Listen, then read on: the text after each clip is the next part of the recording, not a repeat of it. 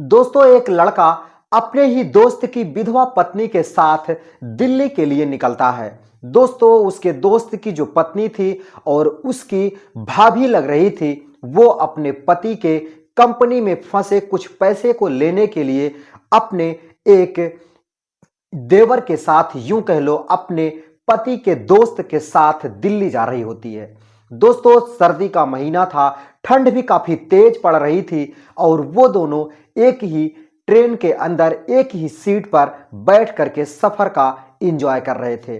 दोस्तों, जैसे ही गाड़ी मध्य रात्रि में पहुंचती है, रात के करीब 11 बज रहे थे, सर्दी तेज लगने लगती है। उनके पास सिर्फ और सिर्फ एक ही चादर थी और एक ही सीट थी। दोस्तों, दोनों एक ही सीट और एक ही चादर के अंदर घुस करके बैठ जाते हैं और फिर दोनों लेट जाते हैं। दोस्तों, लेटने के बाद दोनों सोने की कोशिश कर रहे थे, लेकिन ना तो उस दोस्त को नींद आती है और ना ही उसकी भाभी को नींद आती है। दोस्तों, दोनों उस रात ना जाने उस चादर के अंदर क्या करते हैं, आपको सुन करके अचंभित लगेगा। लेकिन इस वीडियो को शुरू से लेकर के अंत तक जरूर देखिएगा। अगर आपको यह समझना है, यह जानना है कि आखिर उसके दोस्त की पत्नी विधवा कैसी होती है और फिर वो दोनों एक ही कंबल और एक ही सीट पर कैसे रात बिताते हैं। दोस्तों, कहानी को मैं शुरू करूं उससे पहले आप लोगों से एक छोटा सा रिक्वेस्ट है, इस वीडियो को लाइक कर दीजिएगा, चैनल को सब्सक्राइब कर लीजिएगा, जिससे मेरी हर कहानी आप तक पहुंचती रहे। दोस्तों, आइए कहानी की शुरुआत करते हैं।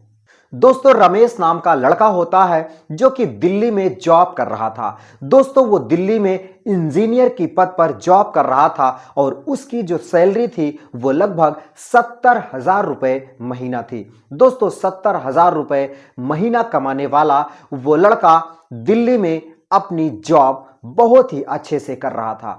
दोस्तों, उसके जो माता पिता थे वो अपने बेटे के लिए एक बहू की तलाश कर रहे थे, क्योंकि उनका बेटा एक अच्छी कंपनी में जॉब भी कर रहा था, जिस वजह से उनको एक अच्छी लड़की की तलाश थी। दोस्तों, हर कोई यही चाहता है कि मुझे बहू अच्छी मिले और उनका बेटा तो 70,000 रुपए महीना कमाने वाला था, तो उनको भी बहुत अच्छी और सुशील सुंदर बहू की तलाश थी।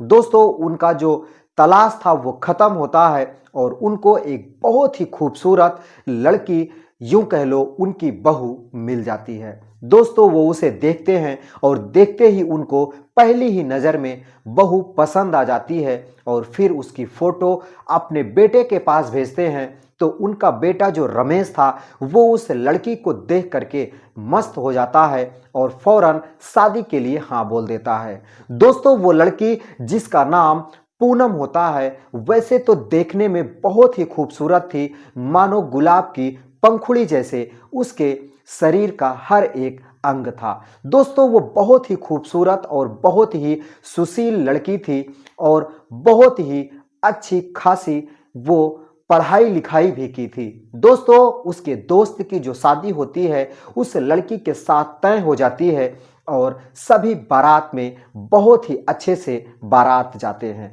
दोस्तों, बारात से दुल्हन घर आती है और लगभग 1 महीने तक उसका जो दोस्त था वो अपनी पत्नी के साथ समय बिताता है, क्योंकि वो छुट्टी लेकर के आया हुआ था।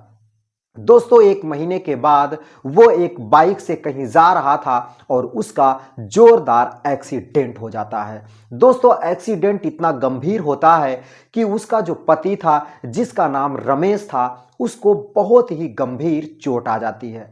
दोस्तों, उसके सर पर बहुत ही ज़्यादा चोट आ जाती है, जिस वजह से डॉक्टरों ने कहा कि बहुत ही अधिक पैसा लगेगा अगर इनके सर की सर्जरी करवानी है, क्योंकि इनके जो दिमाग में वो काफ़ी चोट आ गई है, इनकी सर्जरी काफ़ी महंगी पड़ेगी।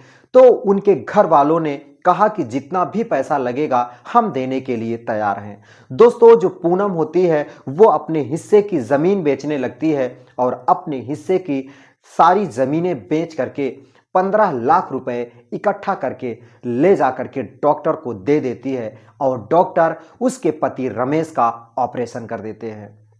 दोस्तों, सर का बड़ा ऑपरेशन था, क्योंकि दिमाग में चोट लगी थी, जिस वजह से रमेश को रिकवर होने में काफी समय लगने वाला था। दोस्तों डॉक्टर तो डिस्चार्ज कर देता है, लेकिन रमेश की हालत अब भी ठीक नहीं थी। वो बीच बीच में उसको मानो दौरे आ जाते थे। वो अपनी सुध बुध गंवा देता था और बीच बीच में उसको होश आ जाता था। बीच बीच में तो ऐसा लगता था मानो रमेश को पूरे बॉडी में पैरालिसिस हो गया है। वो अपनी कोई भी बॉडी को अपने से मेंटेन नहीं कर पा रहा था। दोस्तों धीरे धीरे समय बीतने लगता है और पूनम अपने पति रमेश की बखूबी साथ दे रही थी। लेकिन इसी बीच में रमेश का एक दोस्त था जिसका नाम अतुल होता है। अतुल बहुत ही अच्छे से अपने दोस्त की देख रेख कर रहा था। हॉस्पिटल से लेकर के घर तक वो हमेशा अपने दोस्त की बाहें पकड़ करके उसको चलाने की कोशिश कर रहा था। दोस्तों दोस्त हो तो अतुल के जैसा, जैसा कि उसने अपने दोस्त के बुरे वक्त में हमेशा उसके साथ खड़ा रहा।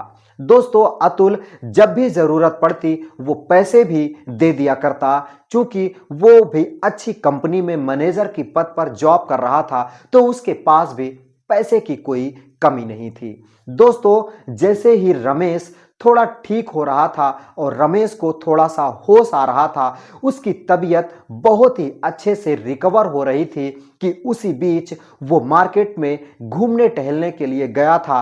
तभी एक बोलेरो से दोबारा से उसका एक्सीडेंट हो जाता है। दोस्तों इस बार भी रमेश के सर में ही चोट आती है और डॉक्टर का कहना था कि अब दोबारा से इसके सर का ऑपरेशन नहीं हो सकता है। क्योंकि एक बार इसका सर खुल चुका है, दोबारा हाई रिस्क है। अगर सर का ऑपरेशन किया भी जाएगा तो ये बच नहीं पाएगा। 90% है कि ये मरीज मर जाएगा।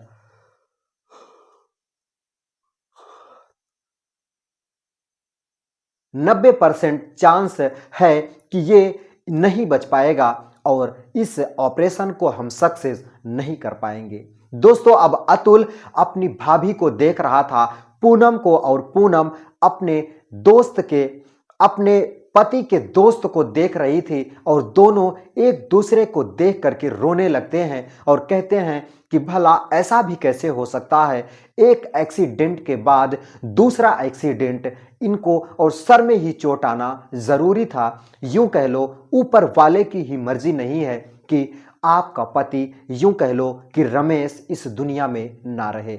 दोस्तों वो थक हार करके रमेश को घर वापस लाते हैं और महीने भर रमेश घर पर रहता है। लेकिन इसी बीच उसके जो सास ससुर होते हैं, उसकी जो जेठानी होती हैं, पूनम को ताना मारने लगती हैं और कहती हैं कि जब से ये घर में आई है ना जाने किस युग का बदला ले रही है, ये कुलच्छड़ी है, ये तो मेरे बेटे को खा गई और अपने पति को आते ही खा गई।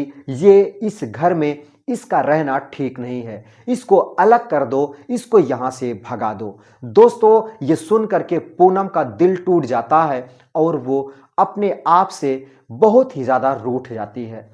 दोस्तों इसी बीच किसी तरीके से अतुल को यह खबर मिलती है कि पूनम के साथ उसके ससुराल वाले बहुत ही ज्यादा जातीय कर रहे हैं। तो अतुल वापस आ जाता है और अपनी भाभी, यूं कह लो अपने दोस्त की पत्नी पूनम को बहुत समझाता है और कहता है कि भाभी ऐसा आपके साथ बिल्कुल भी नहीं होना चाहिए। आप तो देवी हो, आप ही तो मेरे दोस्त का हर पल खबर रखने वाली हो, लेकिन आपको ही लोग ऐसा बोल रहे हैं, ये नासमझ है। लेकिन आप मेरे दोस्त को छोड़ करके कहीं मत जाइएगा, नहीं तो मेरा दोस्त जीते जी ही मर जाएगा। दोस्तों फिर क्या, एक दो दिन के भीतर ही ऊपर वाले की मर्जी देखो, उसके दोस्त रमेश का देहांत हो जाता है, पूनम के पति की मृत्यु हो जाती है। दोस्तों पूनम का जब पति मर जाता है, इस दुनिया को छोड़ करके चला जाता है, अब पूनम बिल्कुल अकेली हो गई थी और उसके सास ससुर और उसकी देवरानी जेठानी उसको अलग कर देती हैं। दोस्तों वो अलग रहने लगती है, लेकिन अलग रह करके वो अपने खर्चे नहीं चला पा रही थी, क्योंकि उसके पास उसके पति के दोस्त का सहारा था, अतुल का सहारा था।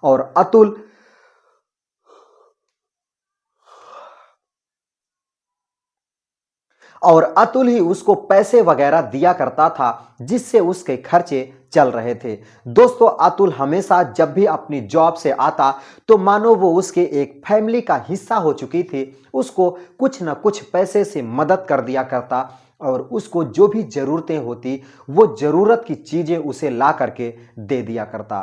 दोस्तों धीरे धीरे अतुल और पूनम की जो दोस्ती थी वो बढ़ने लगती है। उन दोनों के बीच में जो रिश्ता है वो कायम होने लगता है और एक दिन उसकी जो जेठानी थी वो पूनम को ताना मारने लगती है कि ये तेरा जो देवर है, ये जो रमेश का दोस्त है, ये अतुल घर पर क्यों आता है? आज के बाद वो नहीं आना चाहिए। तू अकेले रहती है ये मुझे मंजूर है, लेकिन तू किसी और के साथ रंगरलिया करे ये मुझे मंजूर नहीं है।